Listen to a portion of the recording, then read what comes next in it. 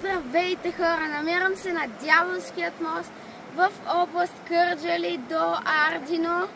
Този мост е построен, понеже този път по времето на Римската империя е бил много важен, понеже е свързвал Рим и Константинопол.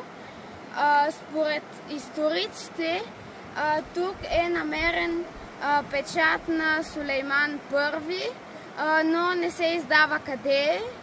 И елате с мен ето там на брега, за да ви разкажа няколко легенди.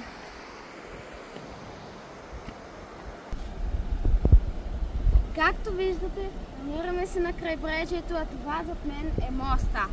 Някои от легендите, които местните казват, са, например, че един строител се опитвал да построи моста, но всеки път той просто рухвал. Една вечер дошъл дяволът и му казал, че ако успее да го построи за 40, че трябва да успее да го построи за 40 дни, иначе ще му вземе душата.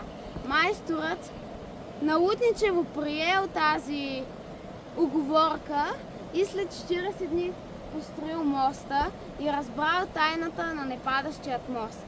Друга легенда, която местните разказват, е, че докато са строяли моста, са вградили в него сянката на една от жените на майсторите и затова той не пада. Местните казват също, че ако се мине след полунощ по моста, ще те преследва дяволът за цял живот.